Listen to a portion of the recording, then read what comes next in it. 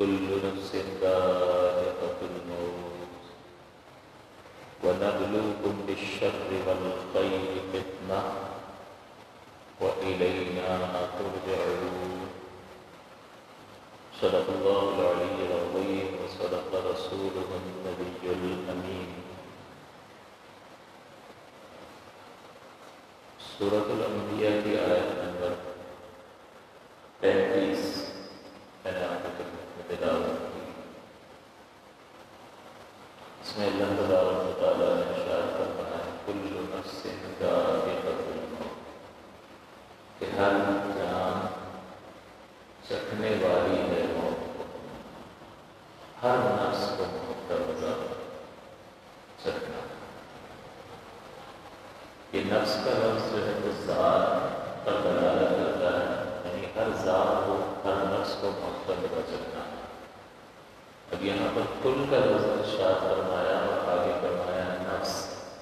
کل کا معنی ہر ایک اور نفس کا مطلب ذات. یہی لفظ نفس جہاں ہم پر صادق آتا ہے، وہیں اللہ تعالیٰ نے اس لفظ نفس کو اپنے لیے بھی استعمال کرنا ہے.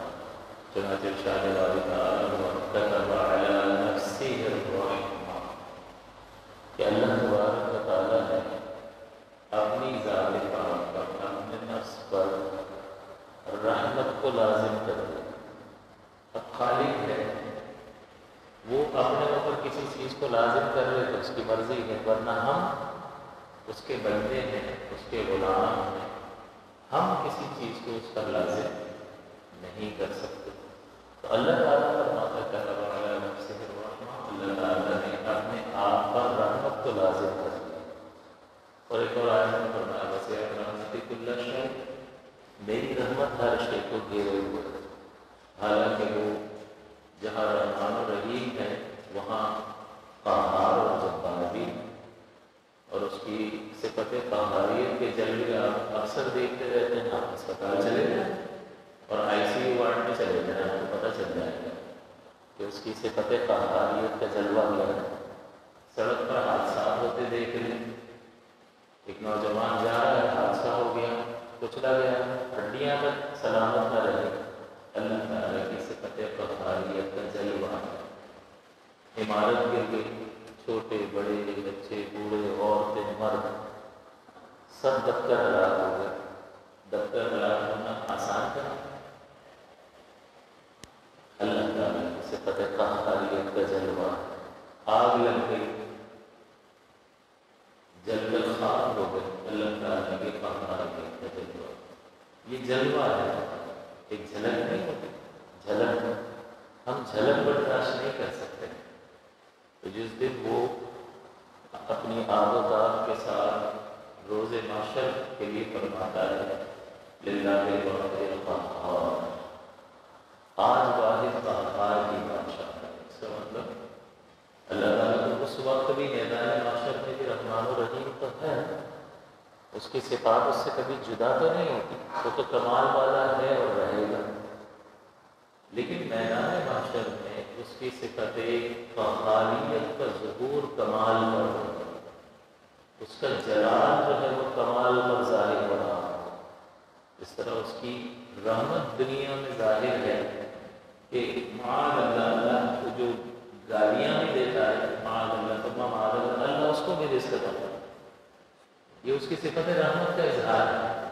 اس کو نہیں مانتا، اس کے ساتھ بتوں کو شریک فرماتا ہے، جس کو خود فرماتا ہے ان الشرک لظلم عظیم، کہ یہ ظلم عظیم کا مرتکب ہے شرک. مشرک شرک کر رہا ہے، لیکن اس کے باوجود اس کی ضرورتیں پوری کرنا. وسعت رحمتی کل شیء، میری رحمت ہر ایک کو گھیرے ہوئے. تو میں لفظ نفس پر کلام کر رہا تھا کہ اللہ تعالیٰ نے اپنی ذات کے لیے بھی لفظ نفس استعمال فرمایا اور ہمارے لیے بھی لفظ نفس استعمال فرمایا. اور یہاں لفظ کل فرمایا ہے، فرمایا کل نفس. تو یہاں پر فرق تو نہیں کیا نا کہ انسان کا نفس اور خالق کا نفس، انسان کی ذات اور خالق کی ذات. تو معاذ اللہ کی یہ مانیں گے کہ اللہ تعالیٰ نے چونکہ فرمایا کل نفس ذائقۃ الموت، ہر ایک نفس کو موت کا مزہ چکھنا ہے، اور ہمیں بھی اللہ نفس کہہ رہا ہے اور اپنے آپ کو بھی نفس کہہ رہا ہے، تو کیا آیت کا یہ معنی ہوگا کہ جس طرح سے ہم پر موت طاری ہوگی، معاذ اللہ ثم معاذ اللہ، اللہ بھی چونکہ نفس ہے اس پر بھی موت طاری ہوگی؟ وہ تو حی ہے، وہ قیوم ہے، لا یموت ابدا ابدا، اس پر کبھی بھی موت طاری ہونے والی نہیں ہے۔ تو وہ عقلی اعتبار سے بھی اس لفظ کل کے دائرے سے ذات باری تعالی خارج ہے، حالانکہ وہ اپنے اوپر بھی نفس کا لفظ بولتا ہے۔ یہ میں نے وضاحت اس لیے پیش کی کہ بہت سارے الفاظ ایسے ہوتے ہیں جیسے آپ بھی زندہ ہیں، اللہ بھی زندہ ہے یا نہیں ہے، تو کیا برابری ہو گئی؟ نہیں، کیونکہ اللہ کا زندہ ہونا ذاتی طور پر اس کو کسی نے زندہ کیا نہیں، وہ ہمیشہ سے زندہ ہے اور وہ ہمیشہ زندہ رہے گا، اس کی زندگی لامحدود ہے۔ ہماری زندگی حادث ہے، پہلے نہیں تھی، جب اس نے زندہ فرمایا تو ہم زندہ ہو گئے، اور جب وہ چاہے گا ہماری روح قبض کر کے ہمیں میت بنا دے گا، مردہ کر دے گا۔ تو بتائیے لفظ تو حی ایک ہے یا نہیں ہے؟ آپ بھی حی ہیں اور اللہ بھی حی ہے یا نہیں ہے؟ سورہ آیت الکرسی پڑھتے ہیں جو کیا پڑھتے ہیں؟ اللہ لا الہ الا هو الحی القیوم، هو الحی، حی وہ بھی ہے، حی آپ بھی، لیکن اس کی زندگی اور ہماری زندگی میں زمین آسمان کا فرق ہے، لیکن لفظ ایک ہے یا نہیں ہے؟ اس کا مطلب یہ ہوا کہ لفظ کے ایک ہونے سے برابری لازم نہیں آتی۔ اسی طرح سے یہاں پر اللہ نے اپنے آپ کو بھی نفس فرمایا اور ہمیں بھی نفس فرمایا، اور حکم فرمایا، یہاں پر اپنا ایک قاعدہ اور قانون بنایا، کل بتایا کل نفس ذائقۃ الموت، ہر نفس کو موت کا مزہ چکھنا ہے۔ تو ہم بھی نفس اور اللہ بھی نفس، تو کیا اس کل کے تحت اللہ کے نفس بھی داخل ہے معاذ اللہ، اور اللہ پر بھی موت طاری ہوگی؟ نہیں، عقل ہی اس کو تسلیم نہیں کرتی کہ جو فنا ہو جائے وہ خدا ہو ہی نہیں سکتا۔ خدا ہونے کے لیے اس کا ہمیشہ سے ہونا اور ہمیشہ باقی رہنا لازم ہے، ضروری۔ تو بعض اوقات لفظ ایک جیسے ہوتے ہیں لیکن ان کی حقیقتوں میں اور ان کے معانی میں زمین آسمان کا فرق ہوتا ہے۔ موت ایک ایسی حقیقت ہے کہ جس کا کوئی انسان انکار کر ہی نہیں سکتا، کیونکہ وہ اپنی آنکھوں سے دیکھتا ہے، ہزاروں انسان ہمارے سامنے آتے ہیں، رخصت ہو جاتے ہیں۔ اس حقیقت کا کوئی بھی شخص انکار نہیں کر سکتا۔ خدا کا انکار کرنے والے رہیں گے لیکن موت کا انکار کرنے والا کوئی بھی نہیں۔ پھر اس زندگی اور موت کو جس ذات پاک نے پیدا کیا ہے تو ظاہر سی بات ہے کہ وہ حکیم ذات ہے اور وہ بیکار کام نہیں کرتا معاذ اللہ۔ آپ اور میں اگر کوئی چیز تخلیق کریں تو اس کا بھی کوئی نہ کوئی مقصد ضرور ہوتا ہے۔ اگر بغیر مقصد کے کوئی بازار میں بھی گھوم رہا ہو، آپ کو کوئی جاننے والا آپ کو بازار میں مل جائے اور آپ اس سے پوچھیں ہاں بھائی احمد بھائی یہاں کیا کر رہے، اور وہ آپ کو جواب میں کہیں بھائی ایسے ہی ٹہل رہا ہوں، کوئی کام نہیں ہے، تو آپ کیا کہیں گے؟ بڑا بیکار آدمی ہو تو بازار میں ایسے خواہ ٹائم ضائع کر رہے۔ تو انسان اگر کسی عمل کو کرے اور اس کا کوئی مقصد نہ ہو تو اسے بیکار تصور کیا جاتا ہے۔ تو وہ خالق کائنات جو انسان کا بنانے والا ہے وہ کوئی چیز تخلیق کرے اور وہ بیکار ہو، یہ کیسے ہو سکتا؟ تو انسان کو اس نے پیدا فرمایا اور یہ فرمایا کہ ہر نفس کو موت کا مزہ چکھنا ہے، تو بھئی اتنا جو ڈیو پروسیس سے گزارا ہے اس کا مقصد کیا تھا؟ یہ موت ہمارا اختتام ہے یا اس کے بعد بھی کچھ ہے؟ تو چونکہ یہ دنیا ہر اعتبار سے نتیجہ خیز نہیں ہے، فزیکل لا کے اعتبار سے دیکھیں گے تو نتیجہ دے گی۔ آپ دیوار میں سر ٹکرائیں گے، سر پھٹ جائے گا، نتیجہ فوراً برآمد ہوگا۔ گلاس زمین پر پھینکیں گے، زمین سے ٹکرائے گا، ٹوٹ جائے گا۔ تو فزکس اور فزیکل لا کے اعتبار سے یہ دنیا درجۂ کمال پر ہے اور اپنا نتیجہ ظاہر کرتی ہے، لیکن بتائیے اخلاقی اعتبار سے تو دنیا کمال پر نہیں ہے۔ اگر کوئی جھوٹ بولتا ہے تو اس کی زبان میں کچھ حالہ نکل آتا ہے، کوئی نتیجہ ظاہر نہیں۔ اس اخلاقی بگاڑ کا نتیجہ کہاں ظاہر ہوگا؟ کسی نے یتیم کا مال کھا لیا حرام مال کما کر پیٹ میں بھر لیا، اور جس کو اللہ تعالیٰ فرماتا ہے کہ جو حرام کھاتے ہیں، یتیموں کا مال کھاتے ہیں، وہ اپنے پیٹ میں جہنم کی آگ بھر رہے ہیں، تو پیٹ میں تو درد نہیں ہوتا حرام کھانے سے، ایسے موٹے تازے ہو رہے ہیں کہ پوچھو مت، ہم سے زیادہ طاقت اور خون تو ان کے چہروں پر نظر آتا ہے، سرخی اور لالی نظر آ رہی ہے۔ تو یہ اخلاقی جو بگاڑ ہے، یہ عقیدے کا جو فساد ہے، اس کا نتیجہ کہاں ظاہر ہوگا؟ تو فزکس اور جسمانی اعتبار سے، فزیکل لا کے اعتبار سے یہ دنیا اپنا فوراً نتیجہ ظاہر کرتی ہے۔ گاڑی دیوار سے ٹکرائیں گے، ڈیمیج ہو جائے گی، آپ کو بھی نقصان ہو سکتا ہے۔ اونچائی سے چھلانگ لگائیں گے، فوراً نتیجہ ظاہر ہوگا، آپ کو کچھ نہ کچھ چوٹ لگے گی۔ ہاں اللہ بچا لے تو الگ بات ہے، لیکن عمومی ضابطہ اور قاعدہ کیا ہے کہ کائنات کی تخلیق اس جہت سے کی گئی ہے کہ نتیجہ دے گی، لیکن اس اخلاقی اور سوچ اور فکر کے بگاڑ کا نتیجہ کہاں ظاہر ہوگا؟ اس کے لیے بھی تو کوئی مقام ہونا چاہیے، اور وہ آخرت ہے۔ اور آخرت کا تصور ہی وہ تصور ہے کہ جو انسان کو عمل پر ابھارنا ہے، کہ ایک دن ہے کہ اللہ کی بارگاہ میں حاضری ہے، ورنہ اگر یہ نہ ہو تو ایمان باللہ یعنی اللہ پر ایمان لانا اور ایمان بالرسالت کا نتیجہ کیسے ظاہر ہوگا؟ آخرت جو ہے کہ پیشی ہے، بعث بعد الموت، مر کر دوبارہ جی اٹھنا ہے، اور اس ذات پاک کے لیے کیا دشوار کہ جس نے ہم کچھ نہیں تھے ہمیں عدم سے وجود عطا فرما دیا، کہ وَإِذَا أَرَادَ شَيْئًا أَن يَقُولَ لَهُ كُن فَيَكُونُ، جب ارادہ کرتا ہے فرماتا ہے ہو جا تو ہو جاتا ہے، مٹیریل بھی آ گیا اور چیز بھی کمال درجے پر تیار ہو گئی۔ تو اسے کوئی مشکل ہے کہ قبر سے ہمارے ذرات کو دوبارہ زندہ کر دے؟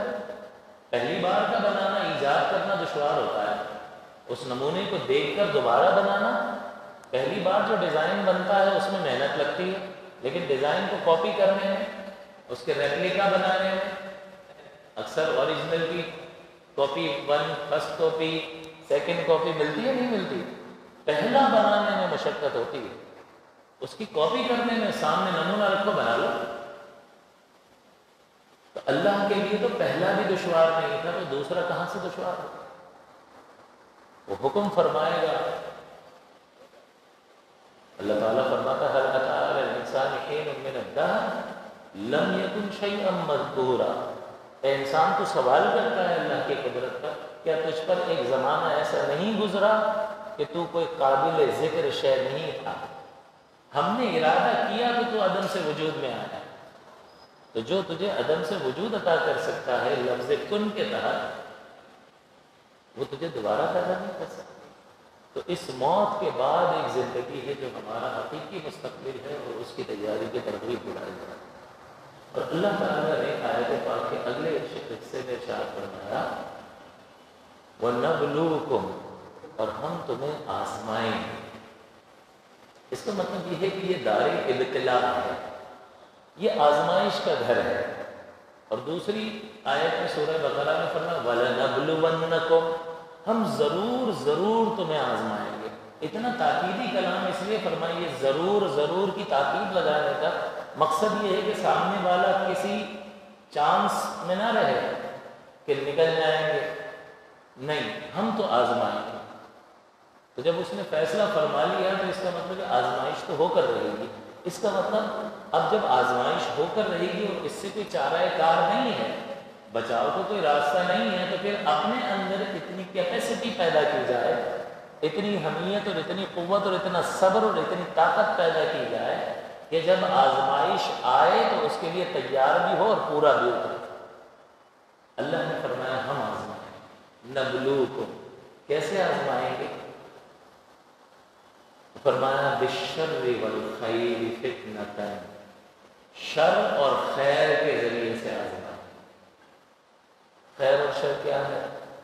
اور اگلی آیت میں فرما دیا وَإِلَيْنَا تُرْجَعُونَ، اور سمجھ لو کہ جب آزمائش ہوتی ہے، جب کوئی ایگزام لیا جاتا ہے، there must be a result، اس کا ضرور کوئی رزلٹ نکلے گا۔ آپ ٹیسٹ دیتے ہیں، بچے امتحان دیتے ہیں، نتیجے کا انتظار ہوتا ہے کہ نہیں ہوتا؟ نتیجہ نکلتا ہے، نتیجہ نہ نکلے تو ٹیسٹ دے گا کون، اور دے گا تو محنت کرے گا کون؟ ایسے ہی چلو جو تکے لگا کر آ جاؤ، نتیجہ تو کچھ نکلنا نہیں۔ تو امتحان کا تو نتیجہ نکلتا ہے۔ اللہ تعالیٰ اگلی آیت پاک میں دو طریقے اس نے بیان فرما دیے کہ ہم شر سے بھی آزمائیں گے، ہم خیر سے بھی آزمائیں گے، اور آزمائش کا رزلٹ نکلے گا the day of judgment، قیامت کے دن۔ اور اس کی طرف اشارہ فرمایا الینا ترجعون، ہماری طرف آؤ گے، پھر جو بویا ہے وہی کاٹو گے۔ کما قال النبی صلی اللہ علیہ وسلم الدنیا مزرعۃ الآخرہ، کہ یہ دنیا آخرت کی کھیتی ہے۔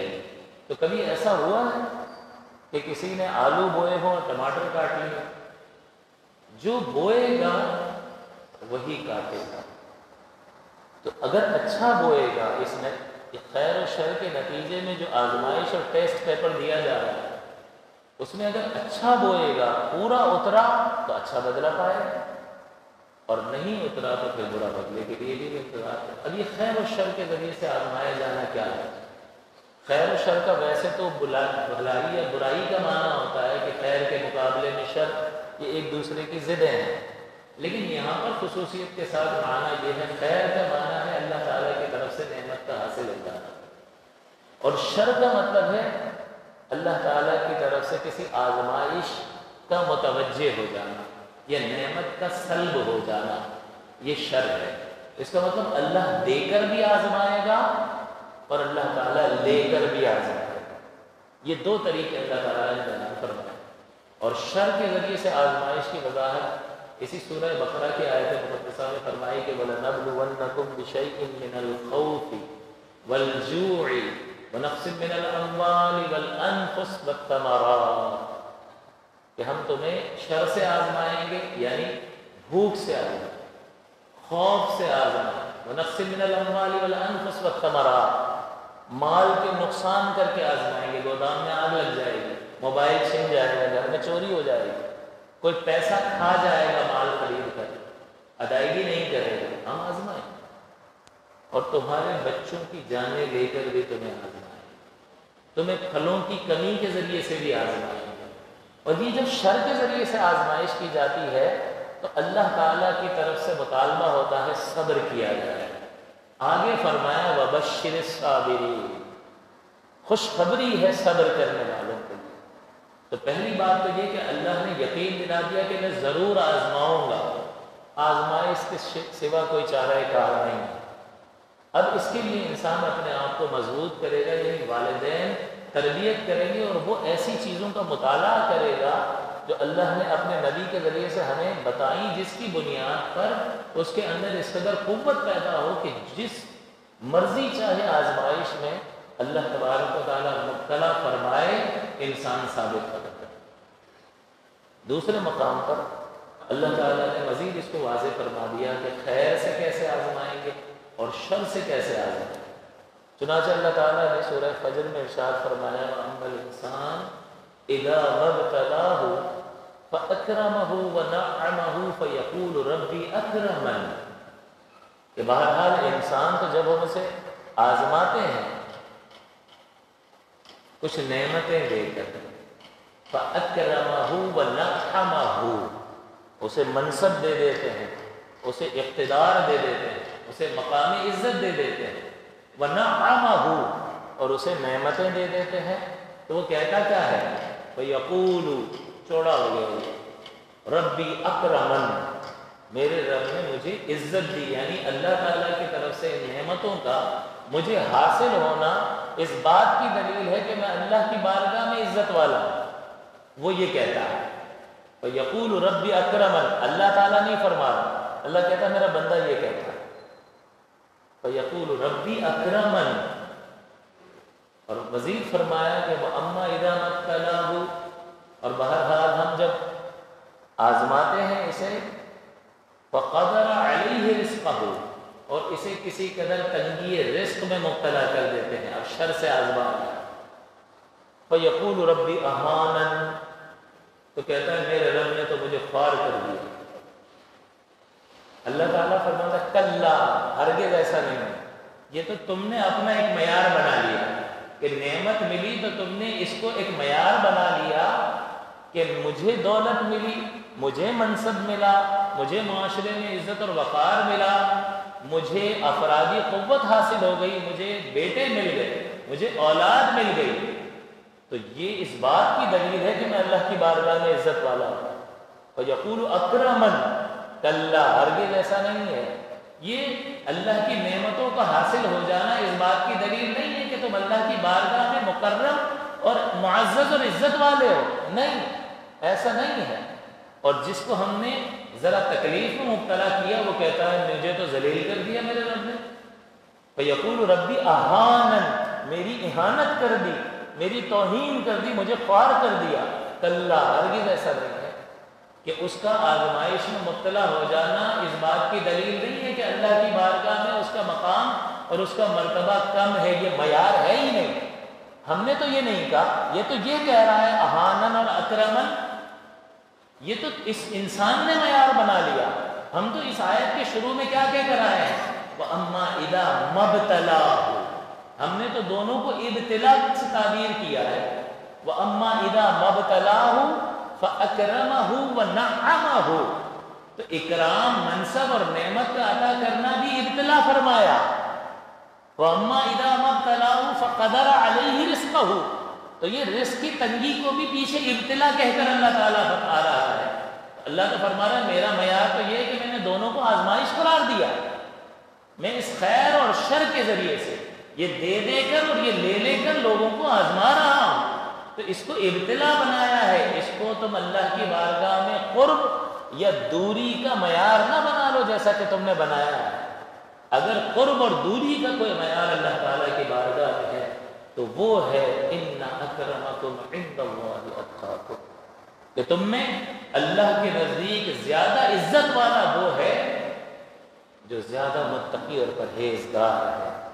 تو یہ دولت اور نعمت کا حاصل ہونا اس بات کی دلیل نہیں ہے کہ تم عزت والے ہو اللہ کے نزدیک، اور کسی تنگی میں مبتلا ہونا اس بات کی دلیل نہیں ہے کہ اللہ تعالیٰ کی بارگاہ سے تم دور کر دیے گئے۔ یہ دونوں ابتلا اور آزمائشیں ہیں، تم نے اسے بنا لیا اکرمن اور اہانن، ہم نے ان دونوں کو ابتلا بنایا تھا۔ اور اگر ہمارے نزدیک ہماری بارگاہ میں درجہ قرب کے حصول کا اور میری بارگاہ میں عزت، مقام اور مرتبے کے اظہار کا اگر کوئی ذریعہ اور سبب ہے، ان اکرمکم عند اللہ اتقاکم، کہ بے شک اللہ کی بارگاہ میں تم میں سب سے زیادہ عزت والا وہ ہے جو زیادہ متقی اور پرہیزگار ہے، جو زیادہ فرما بردار ہے، جو اللہ تعالیٰ کے حکم اور اس کی منع کردہ چیزوں کی رعایت بہت زیادہ کرنے والا ہے، وہ زیادہ عزت والا ہے۔ ہمارا معیار وہ ہے۔ تم نے اس آزمائش کو گویا کہ اپنا معیار قرار دے دیا کہ دولت کا حصول سمجھتا ہے کہ اللہ راضی ہے تبھی تو دولت دے رہا ہے، بعض اوقات آزمانے کے لیے بھی دے رہا ہے۔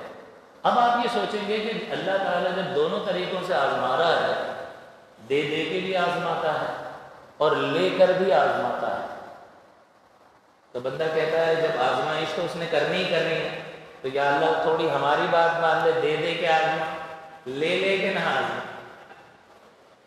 تو یہ کوئی فرمائشی پروگرام تو نہیں ہے نا۔ جب آپ امتحان گاہ میں جاتے ہیں تو انویجیلیٹر یا ایگزامینر کو کہتے ہیں یہ سوال دینا، یہ سوال نہ دینا، ایسا ہو سکتا ہے؟ نہیں، یہ اس ممتحن کی مرضی ہے کہ وہ جیسا چاہے اس شخص سے جس کا امتحان کیا جانا ہے اس سے سوال کرے، تو چاہے خیر سے آزمائے یا شر سے آزمائے، یہ میرے رب کریم کا اختیار ہے۔ تو یہ کوئی فرمائشی پروگرام نہیں ہے کہ ہم کہیں کہ یوں آزمائے اور یوں نہ آزمائے۔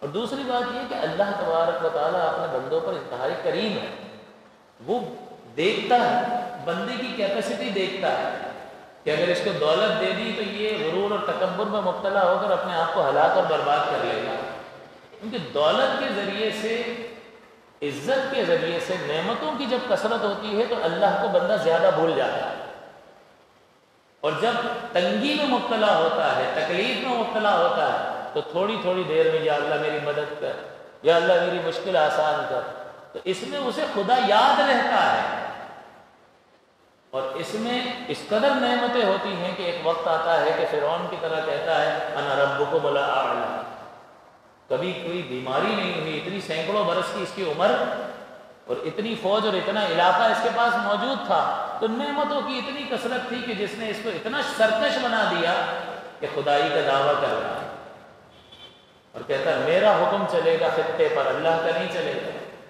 میرا حکم چلے گا۔ اس نے یہ دعویٰ نہیں کیا تھا کہ کائنات میں نے بنائی ہے، اس کو تو پتا تھا میں خود تھوڑے دنوں پہلے تو پیدا ہوا ہوں، میں تو تھا ہی نہیں، تو کائنات تو تھی، میں نہیں تھا۔ تو اس نے فرعون نے ہرگز یہ دعویٰ نہیں کیا تھا کہ میں نے کائنات بنائی ہے۔ ربکم الاعلیٰ پھر کیوں کہہ رہا ہے؟ وہ کہہ رہا ہے اس خطے پر میرا حکم چلے گا۔ تو کسی شاعر نے کہا کہ نفس ماہم کم ترس فرعون نیس، کہ ہمارا نفس بھی جو اندر بیٹھا ہوا ہمیں ابھارتا رہتا ہے وہ بھی کوئی فرعون سے کم نہیں ہے۔ سننے والے نے کہا ہے اس نے تو خدائی کا دعویٰ کیا تھا، ہم نے کہاں کیا، ہم کو فرعون سے ملا رہے ہو؟ تو جواب اگلے جملے میں دے دیا، لیکن ایرعون نے اس کے پاس مددگار اور رقبہ تھا، تو اس نے بڑے پیمانے پر خدائی کا دعویٰ کر کے کہا میرا حکم چلے گا، اور تیرے پاس مددگار نہیں ہے اور علاقہ بڑا نہیں ہے، تو اس علاقے پر تو نے کہا میرا جسم میری مرضی، میرا حکم چلے گا، تو تو بھی کوئی فرعون سے کم نہیں ہے، اس علاقے پر خدا کے قانون کو نافذ کر، تو پھر تو خدا کا ہے، ورنہ کہے گا کہ میرا قانون چلے گا تو یہ تو فرعون نے بھی کہا۔ تو اللہ تبارک و تعالیٰ اس خیر اور شر کے ذریعے سے جو بندے کی آزمائش فرما رہا ہے، اس میں اللہ تعالیٰ کا کرم ہے کہ اللہ تعالیٰ زیادہ تر لوگوں کو کامیاب فرماتا ہے۔ تو آسان سوال کہ غربت میں جو نکل جائے گا پاس ہو جائے گا، اس کے لیے وہ پیپر، اور جس کو دولت دیں گے تب بھی تکبر میں مبتلا نہیں ہوگا، الا ماشاء اللہ بہت سارے لوگ ایسے ہوتے ہیں جو ہو بھی جاتے ہیں، لیکن اللہ تعالیٰ حکیم ہے، اور فعل الحکمت حکیم لا یخلو عن الحکمت، اور حکیم کا کوئی بھی فعل حکمت سے خالی نہیں ہوتا۔ تو اللہ اگر کسی کو دے کر آزما رہا ہے تو حکمت ہے، اللہ تعالیٰ کسی سے لے کر آزما رہا ہے تو حکمت۔ پھر بندہ کہتا ہے کہ اللہ آزماتا ہی کیوں ہے، ہمیں کیوں تنگ کرتا ہے؟ معاذ اللہ ثم معاذ۔ بہت سارے خیالات، اور آج کل کے دور کے اندر تو مختلف قسم کے ایسے ذہن پیدا ہو گئے جنہوں نے بے باک کر دیا، وہ بے باکی سے کوشچن کرتے ہیں، اسلام کو کوشچن کرتے ہیں، اللہ کی ذات و صفات کو کوشچن کر رہے ہوتے ہیں، تو بے باک بنا دیا۔ تو ذہن میں خیال پیدا ہوتا ہے کہ بھی آزماتا کیوں ہے، آزمائے کیوں آزماتا ہے؟ آزمائش جب تک نہیں ہوگی کمال کیسے حاصل ہوگا؟ اور اللہ تعالیٰ کون ہے؟ رب العالمین ہے، اور رب کا معنی تو میں نے بارہا ذکر کیا ہوگا کہ جو اکثر حاضر ہونے والے ہیں ان کو یاد ہو چکا ہوگا کہ آہستہ آہستہ کمال پر پہنچا دینے والا۔ تو اللہ تبارک و تعالیٰ اگر ہمیں آزمائش میں مبتلا کرتا ہے تو وہ بھی ہمارے اسی پالنے میں آتا ہے، اور جب پالنے میں آتا ہے تو اس کا مطلب پالتے ہیں تو کمال تک پہنچاتے ہیں، یعنی ماں باپ کہتے ہیں دیکھ میں نے تجھے پال پوس کر کتنا بڑا کر دیا، یعنی کمال والا کر دیا۔ تو پالنے اور پوسنے میں کمال کا تصور آتا ہے۔ تو اللہ تبارک و تعالیٰ تمام کائنات کا رب ہے یا نہیں ہے؟ اور رب کا مطلب ہے پالنے والا، اس کا مطلب جب وہ پال رہا ہے تو کمال تک پہنچا رہا ہے، اور جب وہ ہمیں آزما رہا ہوتا ہے تو اس میں بھی ہمارے لیے کمال کا پہلو ہوتا ہے۔ جیسا کہ حضرت ابراہیم کو آزمایا تو فرمایا وَإِذِ ابْتَلَىٰ إِبْرَاهِيمَ رَبُّهُ بِكَلِمَاتٍ، اور جب اللہ تعالیٰ نے اس کے ابراہیم کے رب نے ابراہیم کو آزمایا فَأَتَمَّهُنَّ، تو وہ کامیاب ہو گئے۔ اب یہاں پر ابتلا آزمائش کو کہتے ہیں، اور آگے اللہ تعالیٰ نے جس صفت کو ذکر کیا وہ ربہ، کیوں اور کوئی صفت نہیں؟ اللہ کے تو 99 نام ہے نا، یہاں ربہ ہی کیوں؟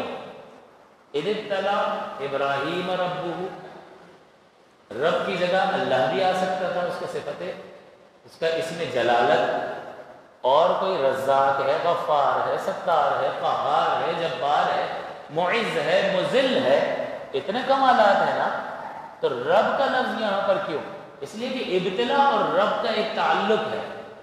ایک ماں بھی اپنے بچے کو صبح صبح اٹھا کر ایک آزمائش سے گزارتی ہے اور اسکول بھیجتی ہے تو کمال والا بنتا ہے، اس کا مطلب آزمائش سے گزر کر انسان کمال والا بنتا ہے۔ تو وہ ماں جب پال رہی ہے، ماں کو کہو اماں سونے تو خواہ جگا رہی ہو صبح صبح بچے کو، مار کر بھیجے گی کہ اس میں اس کی کامیابی ہے، اسی میں اس کی فلاح ہے، لہٰذا تھوڑی سی مشقت اٹھانے دو اور اس ڈیو پروسیس سے اس کو گزرنے دو، اس مشقت سے گزرنے دو، گزر جائے گا تو کمال والا ہو جائے گا۔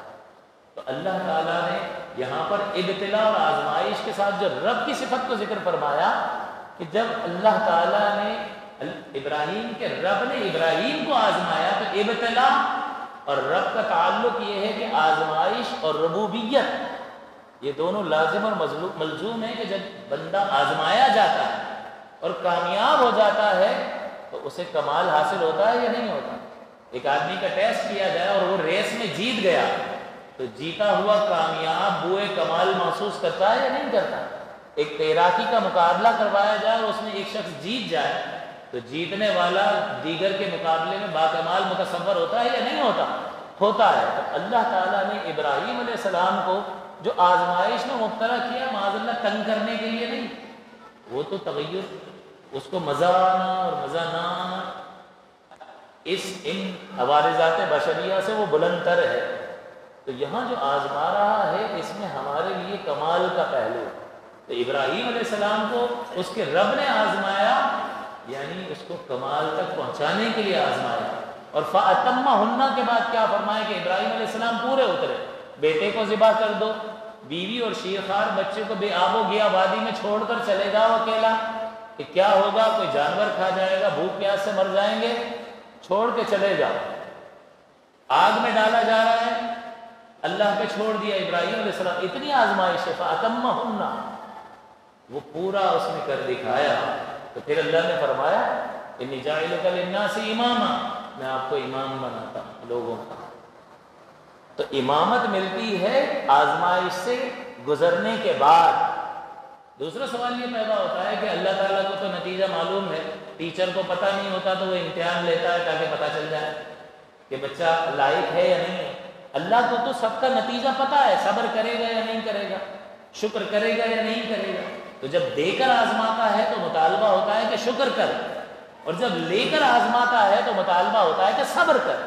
تو صبر اور شکر کا جو مطالبہ ہے اس آزمائش کے نتیجے میں، کیا نتیجہ اللہ کو معلوم نہیں ہے کہ یہ صبر کرے گا یا نہیں کرے گا؟ یہ میری دی ہوئی نعمت کے ذریعے سے میں جو آزما رہا ہوں یہ شکر کرے گا یا نہیں کرے گا؟ تو جب نتیجہ معلوم ہے تو پھر کیا فائدہ ہے امتحان کا؟ تو معاذ اللہ کہ اللہ تعالیٰ بیکار کام کر رہا ہے؟ نہیں، تو پھر کیوں آزما رہا ہے؟ نتیجہ معلوم ہونے کے باوجود کیوں آزما رہا ہے؟ تاکہ اللہ کی حجت لوگوں پر تام ہو جائے کہ جو جہنم میں جا رہا ہے وہ یہ نہ کہے کہ میں نے تو کچھ بھی کیا نہیں اور اللہ نے مجھے ڈال دیا جہنم میں، اور اس نے کچھ بھی نہیں کیا اور اس کو جنت میں ڈال دیا۔ کسی کو بانٹ رہے ہیں اور کسی کو ڈانٹ رہے ہیں۔ تو یہ حجت تام فرما دی کہ دیکھو جب میں گزاروں گا تو ظاہر ہو جائیں گے صبر اور شکر کرنے والے، اور ظاہر ہو جائیں گے بے صبری اور ناشکری کا مظاہرہ کرنے والے۔ پھر جب میں صبر اور شکر والے کو اعلیٰ ترین مراتب جنت میں عطا کر رہا ہوں گا تو جہنم میں جانے والا شکری کرنے والا کوئی اعتراض نہیں کر سکے گا، بلکہ وہ کہے گا اللہ کی حجت تام ہو چکی ہے کہ اس ڈیو پروسیس سے، نتیجے سے ہم کو آگاہ کرنے کے لیے ہمارے سامنے اس کو آزمائش سے گزارا ہے، وہ کامیاب ہوا ہے، اس نے مشقت اٹھائی ہے، لہٰذا وہ آج پھل بھی کھا رہا ہے۔ وَلَكُمْ فِيهَا مَا تَشْتَهِي أَنفُسُكُمْ، آج ہمارے مطابق زندگی گزار لو یہ مختصر سی، پھر ہمیشہ کی زندگی میں وہ ہوگا جو تم چاہو گے۔ وَلَكُمْ فِيهَا مَا تَشْتَهِي أَنفُسُكُمْ، تمہارے لیے وہ ہوگا جو تمہارا نفس خواہش کرے گا۔ وَلَكُمْ فِيهَا مَا تَدَّعُونَ، اور وہ سب کچھ ہوگا جس کا تم سے وعدہ کیا گیا، کیونکہ نفس کی خواہش، نفس کی اشتہا محدود ہے، لمیٹڈ ہے۔ آپ کتنی خواہش کر لو گے، آپ کی کتنی دوڑ ہوگی، آپ کا ذہن کہاں تک جائے گا، لیکن اللہ نے جو وعدہ کر رکھا ہے وہ اس سے آگے کا ہوگا یا نہیں ہوگا؟ وہ جو بتائے گا، وہ جو عطا فرمائے گا تو بندہ سوچ بھی نہیں سکتا کہ وہ کیا عطا فرمائے گا۔ تو اس لیے ہماری اشتہا پر تو رکھا کہ بندے تو جو چاہے گا وہ بھی ملے گا، اور وہ بھی ملے گا جس کا ہم نے وعدہ کیا ہے، اور ہم نے جس چیز کا وعدہ کیا ہے تمہاری سوچ اور تمہارا نظریہ اور تمہاری عقل ان انعامات تک جا بھی نہیں سکتی۔ تو ظاہر سی بات ہے کہ اللہ ان دونوں کے نتیجے میں ہمارے ساتھ صبر اور شکر کے نتیجے میں وہ معاملہ فرمائے گا۔ تو اللہ نے رزلٹ اور نتیجہ جانتے ہوئے امتحان کیوں لیا؟ تاکہ ہم لوگوں پر اللہ کی حجت تام ہو جائے، اللہ کی حجت کامل ہو جائے اور کسی کو مجال انکار نہ رہے۔ ویسے اللہ کی شان یہ ہے کہ اللہ سے کوئی سوال نہیں کیا جا سکتا، لا یسأل عن شیء، اس سے کسی شے کے بارے میں، کسی شے کے بارے میں لا کے بعد جب نکیرہ آ جائے تو مفید عموم ہوتا ہے۔ یہ ایک عربی کا قاعدہ ہے کہ کسی چھوٹی سے چھوٹی شے کے بارے میں اللہ سے سوال نہیں کیا جا سکتا کہ یہ تو نے کیوں کیا۔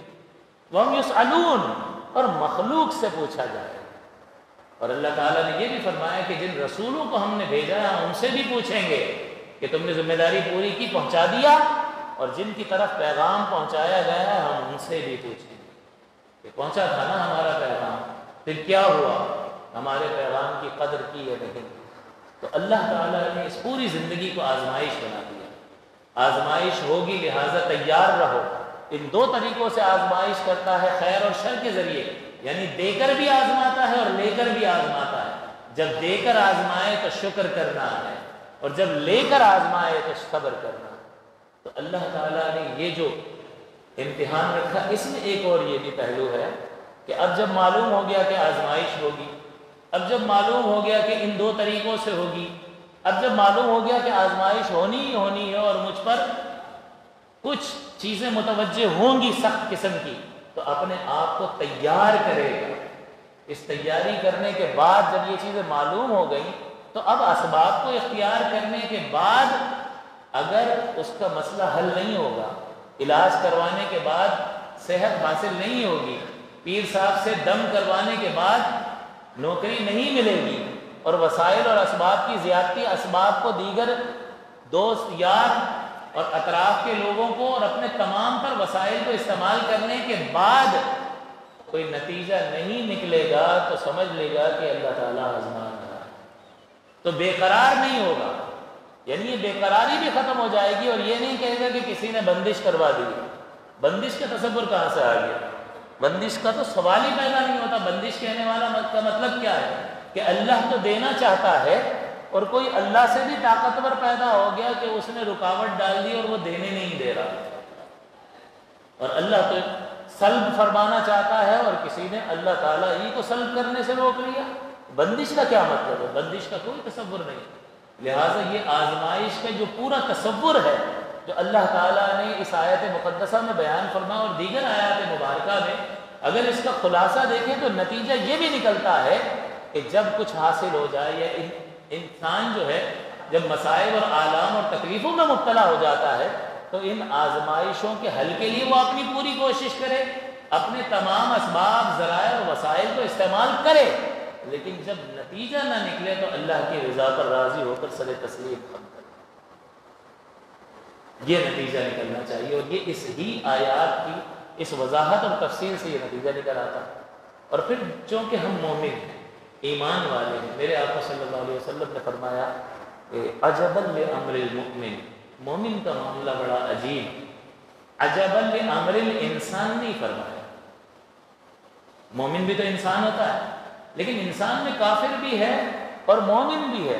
حضور مومن کے بارے میں بتا رہے، اور مومن کون ہے کہ تصدیق ایمان کس کو کہتے ہیں؟ جو ایمان لے آئے وہ مومن ہے۔ اور ہم نے اپنے درس میں جو درس فقہ ہوتا ہے عقائد پہ، اس میں بتایا ہے کہ تصدیق بما جاء بہ النبی صلی اللہ علیہ وسلم ھذا هو الایمان، کہ جو کچھ نبی کریم لے کر آئے اللہ کی طرف سے اس کو دل سے حق اور سچ جاننا، ماننا، یہ ایمان ہے۔ تو جو ان چیزوں کو حق مانے گا وہ مومن کہلائے گا۔ اور اس نبی کے فرمان کو حق ماننے والے کے بارے میں حضور فرما رہے عجبا لامر المؤمن، مومن کا معاملہ تو بڑا عجیب ہے۔ کیوں؟ اس لیے کہ یہ معاملہ مومن کے علاوہ اور کسی کا ہے ہی نہیں۔ اذا اصابته سراء شکر فکان خیرا لہ، جب اسے کوئی خوشی ملتی ہے، کوئی نعمت ملتی ہے، کوئی خیر ملتی ہے، شکر، تو وہ شکر کرتا ہے، فکان خیرا لہ، تو یہ اس کے لیے خیر ہی خیر ہے۔ وَإِذَا أَصَابَتْهُ ضَرَّاءُ صَبَرَ فَكَانَ خَيْرًا لَهُ، اور جب اسے کوئی مشقت پہنچتی ہے، آزمائش، تو وہ صبر کرتا ہے، یہ بھی اس کے لیے بہتر ہے۔ تو ایمان والے کو چاہے مل رہا ہے یا جا رہا ہے، ہر حال میں خیر ہی خیر ہے۔ ملنا شکر کا پیغام لے کر آتا ہے، اور اس کے نتیجے میں اللہ کا وہ انعام ہماری طرف متوجہ ہوتا ہے، وَلَئِن شَكَرْتُمْ لَأَزِيدَنَّكُمْ، شکر کرو گے اور زیادہ دوں گا، وَلَئِن كَفَرْتُمْ إِنَّ عَذَابِي لَشَدِيدٌ، اور کفران نعمت کرو گے تو جان لو کہ میرا عذاب بھی بہت سخت ہے، اور صبر کرو گے تو کیا نتیجہ نکلے گا، إِنَّ اللَّهَ مَعَ الصَّابِرِينَ، اللہ تعالیٰ صبر کرنے والوں کے ساتھ ہے۔ لہٰذا مومن کا تو ہر معاملہ خیر ہی خیر ہے، اور میرے نبی صلی اللہ علیہ وسلم نے کیا فرمایا کہ اب یہ جب مومن ہے تو وہ نعمت آ رہی ہے اس پہ بھی وہ مطمئن رہے گا، اور کچھ جا رہا ہے اس پر بھی وہ مطمئن رہے گا، کیونکہ ایمان والا کیوں بنا کہ جو نبی نے بتایا اس کو حق مانا، اور نبی نے کیا بتایا کہ اللہ تمہارا ولی ہے، مددگار ہے، تمہارا دوست ہے، وہ ظالم نہیں ہے۔ تو جب مل رہا ہے تب بھی نبی کی یہ تعلیم یاد آتی ہے کہ میں نے یہ مانا ہے تبھی تو مومن ہوا ہوں، اور میرے نبی نے کہا وہ میرا دوست ہے، تو یہ نعمت مل رہی ہے تو یہ دوست کی طرف سے ایک نعمت ہے، اور اب مجھے شکر کرنا ہے، اور اگر کچھ جا رہا ہے تو میرے نبی نے تو فرمایا یہ دوست ہے، تو اگر بظاہر کوئی تکلیف پہنچ رہی ہے تو وہ تو دوست ہے، اگر میں اسے دشمن مانوں تو میں مومن ہی نہیں رہوں گا۔ تو اب بندہ جب مطمئن ہو جاتا ہے کہ میرے نبی نے کہا کہ وہ دوست ہے، اب چاہے خیر ملے یا شر ہماری طرف متوجہ ہو جائے، اس کی رحمت ہی رحمت ہے۔ جیسے کسی نے کہا کہ آنچے ساقی مارے خین الطافس، کہ میرا ساقی میرے پیمانے میں، میرے پیالے میں جو بھی ڈال دے وہ لطف ہی لطف ہے، کرم ہی کرم ہے، پورا پیمانہ بھر دے تب بھی لطف و کرم ہے، آدھا بھر دے تب بھی لطف و کرم ہے، چند قطرے ڈال دے تب بھی لطف و کرم ہے، خالی چھوڑ دے تب بھی لطف و کرم ہے۔ تو یہ ایمان کی قوت جو ہے اسے اس قدر اطمینان عطا کرتی ہے کہ وہ اللہ کی رضا پر راضی ہو جاتا ہے، وہ اللہ کی عطا پر شاکر ہو جاتا ہے، اور وہ اللہ تعالیٰ کی قضا پر صابر ہو جاتا ہے۔ اللہ تعالیٰ مجھے اور آپ کو اپنے صابر اور شاکر بندوں میں شمار فرمائے، اور ہم میں وہ قوت پیدا فرمائے کہ جو اس کی رضا پر راضی رہنے کی قوت اور حمیت ہمارے اندر پیدا کر کے صبر والوں کے لیے جو اللہ تعالیٰ نے اجر مرتب فرمایا ہے اس کے حصول کے اللہ کے فضل سے حقدار قرار پائے۔ آمین۔ وآخر دعوانا الحمدللہ رب العالمین۔